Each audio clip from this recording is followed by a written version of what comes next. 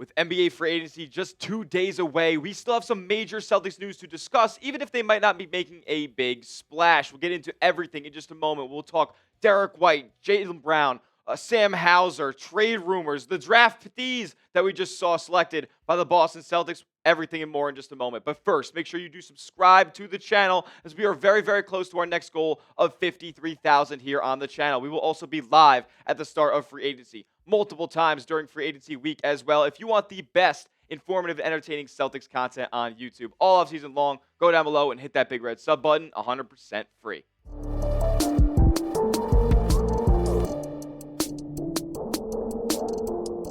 What's going on, Green Teamers? You're watching Celtics Today by Chat Sports. I am your host, Tyler Smith. And on today's show, we got a triple dose of major news before free agency. I wanted to start off with probably the thing that fans are most concerned about, and it's the long-term future of Jaylen Brown and Derrick White after we've heard some trade rumblings early this offseason. We've heard about a Raptors offer to Derrick White for the number 9 overall pick and potentially some more filler there. Utah Jazz potentially has some interest in Jaylen Brown, maybe some Spurs rumored interest in Jaylen Brown, and then nothing really has come to fruition at this point. Following the NBA draft round 2 on Thursday, Celtics assistant GM Mike Zarren was asked about the future of Jaylen Brown and Derrick White and the ongoing trade rumors surrounding them. And this was the blunt response that he had to say. Honestly, it was kind of comical in a way. He was kind of laughing through the whole situation. He said, those two guys are really, really good NBA players. There hasn't been anything close to serious about trading them. And so I'm not so sure where this reporting came from, but those guys are key parts of our team,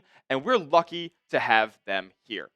I mean, it was never that serious. I think I had said to multiple people leading up to draft night, which, in my opinion, was the deadline for a Jaylen Brown and Derrick White trade. It was about a 95% chance that both of these guys were going to remain in Celtic green. And thank God that this mess has been put to bed because they are a member of a they're two members of a championship core here in Boston. You bring in Kristaps Porzingis, you bring in Holiday to get over the hump, a couple of X factors there. But this is the crux of the basketball team alongside Jason Tatum here. And they're just guys in the middle of their basketball primes that you don't give up at this point. Yeah, Jaylen Brown's on a massive Supermax contract. Is he 100% and 110% worth the $300+ million that he got in that deal? You could argue yes or no, but we know that Derrick White is a massive bargain in this league, so it all ends up evening out. You have the core of Brown, White, and Tatum, and you're legitimately like a contender every single season when all three of those guys are healthy. So there's no point in really making a trade for them unless you're signaling to the franchise that you're going into a full-fledged rebuild, especially with a Derrick White trade.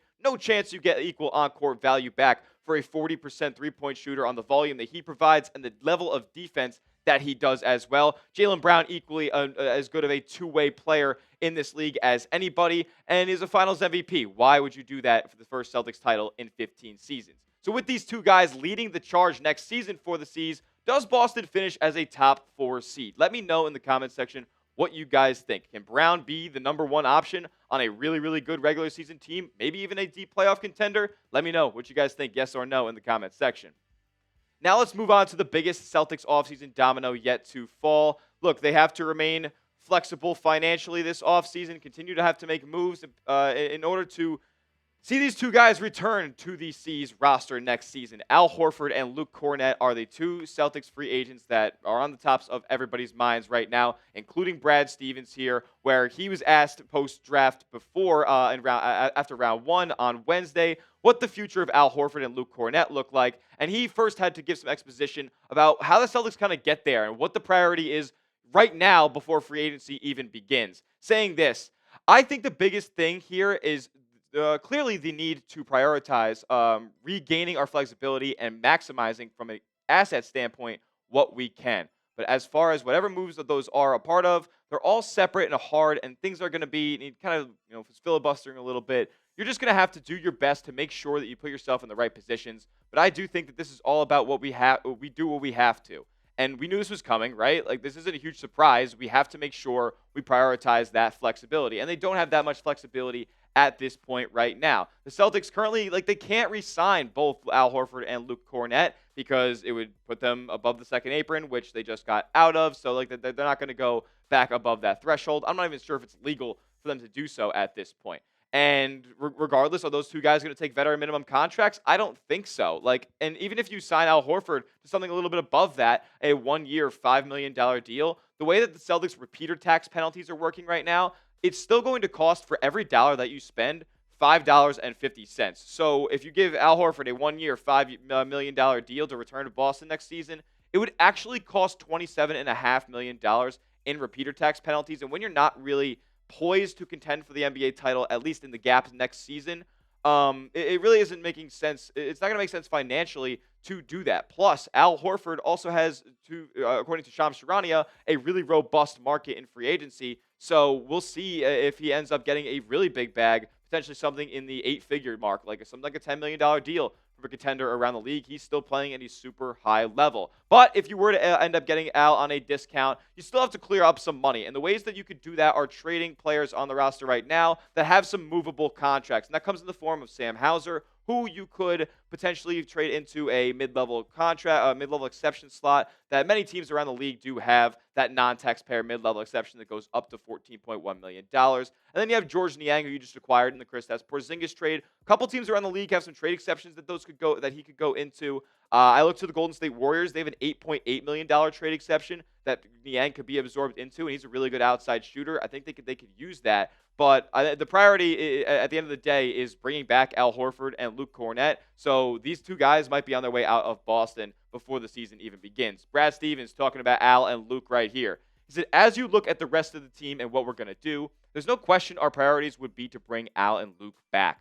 Those guys are huge parts of this organization. They're going to have, I'm pretty sure, plenty of options all over the place, and that's well-deserved. But I think that would be a priority. Now, don't expect many external signings, even veteran minimum level deals, because you're still going to see crazy repeater tax penalties before not only Al Horford and Luke Kornet re-sign, but also trade going down, because you have to move the money before this all happens, because you don't really have much space against the second apron. There's not much flexibility there whatsoever. So a trade for clearing up some more cap space is going to have to go down before Al Horford and Luke Kornet resigns, or you see any sort of external free agent signing after one or if both of those two come back. And like I said it previously, Shams Charania reported that Al Horford will have a robust free agent market. There's going to be teams around this league that want his services. He was still putting up 8 and 8 in the playoffs on 40% from 3-point range. He was one of the more consistent players for Boston's playoff run, where they kind of underwhelmed in a lot of areas. So he's going to be, at even 39 years old, making way more than the veteran minimum next year. I hope he takes a hometown discount to remain in Boston at around $5 million, and we see Al retire with the C's. But who comes back between these guys?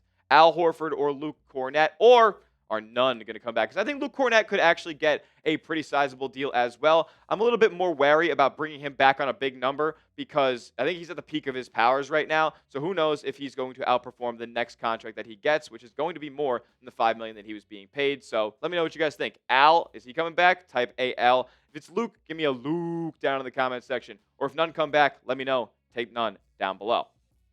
Now let's talk about the Celtics making another big trade potentially soon, because we've heard from a Celtics insider that the phones are going to keep going and the moves are going to keep happening as the offseason goes on. When we started this whole thing, and the biggest concrete report that has really come out is that from Shams, that's saying that the Celtics are prioritizing trading Drew Holiday, Kristaps Porzingis, and Sam Hauser. Now, they're 2 for 3 so far, 2 for 3. Sam Hauser's on his way out next, and potentially Brian Robb has some insight on that. From Mass Live saying, league sources tell Mass Live say that the Celtics are expected to remain active in the trade market while retooling their roster. The team's expected to explore their options with newly acquired talent like Anthony Simons and George Niang, and other parts of their roster, including Sam Hauser. Now, these guys are all, 2 of them are newly acquired, and obviously Sam Hauser, a champion back in 2024.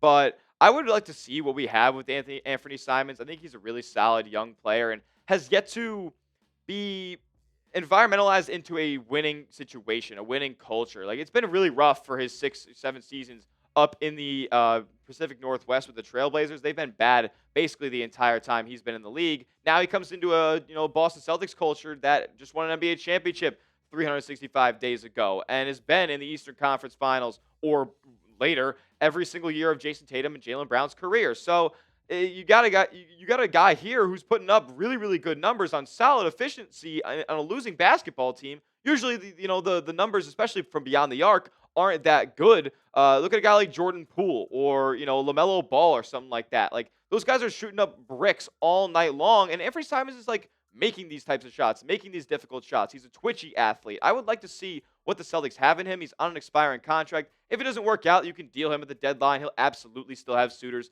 at just 26 years old. So I would be hesitant to trade him, but especially because of what you gave up in Drew Holiday. Like I know you had to get off that contract, but he was still a valuable piece. And they probably would have ran it back if the Celtics made the NBA Finals. I like to see what you have with Anthony Simons, but if the right deal comes along for a star, then you combine these contracts. Don't have any problem shipping them off. On the other hand, like I wouldn't mind seeing Niang never play for the Boston Celtics ever. Like you guys remember that clip of him grabbing Jaylen Brown's knee? Like not really a fan of him personally against this basketball team in the past. He has the most wins in the NBA since the year 2020. Him and Jason Tatum rank 1 and 2 in those marks, but he is an absolute cone on defense, and he's low-key overweight, and he can hit the outside shot, but not much else. And I think the Celtics will be able to shoot enough threes next year to kind of mortgage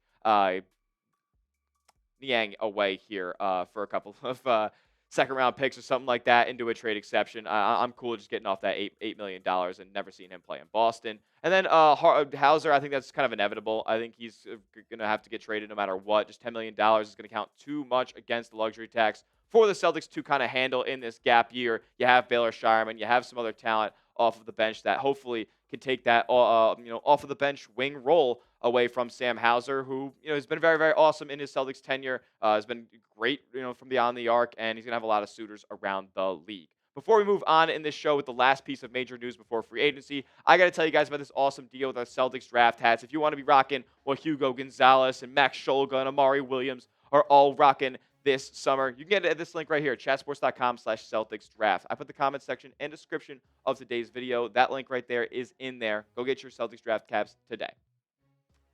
Bobby Manning of CLNS did say this before we get out of here. J.D. Davison, who's notably not on the Boston Celtics Summer League roster, and he was saying the following now as he has a team option deadline coming up here.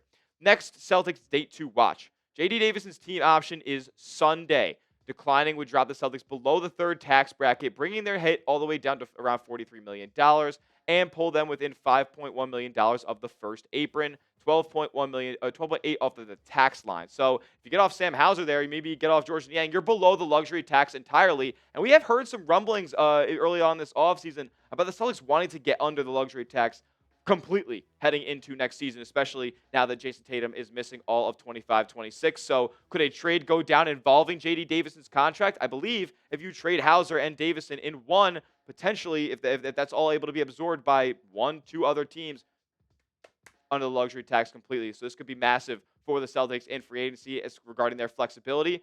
That's something to note. Sunday is a big day to see if anything goes down. And that's why you guys subscribe to the channel, because if anything goes down, we're going to bring you guys a video immediately right here on the channel. So lock us in, hit that big red subscribe button. We'll see you for free agency live as well. And as always, let's go C's.